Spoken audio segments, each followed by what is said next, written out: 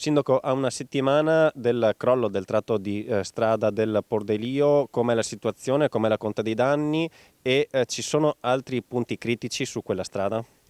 Allora, ad una settimana i lavori stanno procedendo e abbiamo fatto con il provveditore, che è l'ente competente, insieme con il nostro ufficio tecnico e la protezione civile, delle verifiche e ad oggi quindi la situazione è assolutamente tranquilla. Ovviamente abbiamo richiesto i danni, abbiamo richiesto dei lavori importanti per rinforzare i punti deboli del nostro territorio, perché purtroppo gli eventi eccezionali non sono più poi tanto eccezionali, quindi 13 milioni di euro, interventi da fare, e ovviamente stiamo aspettando anche che ci sia il decreto per Cavallino Treporti per le mareggiate. Dal sopralluogo che avete fatto risultano altri punti da sistemare del Pordelio e quanto costerebbero questi interventi, soldi richiesti comunque?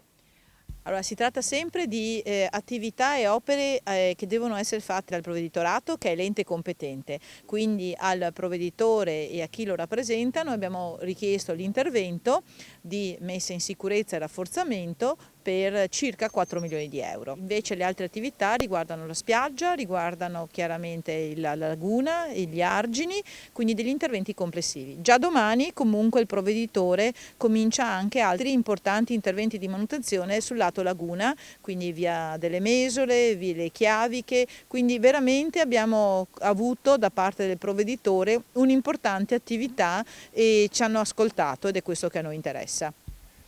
Oltre alla messa in sicurezza di Pordelio che riguarda il maltempo, tra una settimana partirà un altro importante lavoro sempre sul Pordelio che riguarda sempre la messa in sicurezza di quella strada. Allora, noi abbiamo chiesto al provveditore di intervenire per quanto di sua competenza. Con i soldi del Comune, invece, già 2 anni fa, a gennaio 2018, abbiamo cominciato un progetto ambizioso, la pista ciclabile a sbalzo, che riguarda la messa in sicurezza dell'intera via. Quindi la pista ciclabile è un'attività importante, unica nel suo genere, 7,5 km a sbalzo sulla laguna di Venezia, e queste sono risorse che il Comune ha impiegato in quanto ritiene che sia un valore importante la sicurezza dei propri cittadini e dei propri ospiti.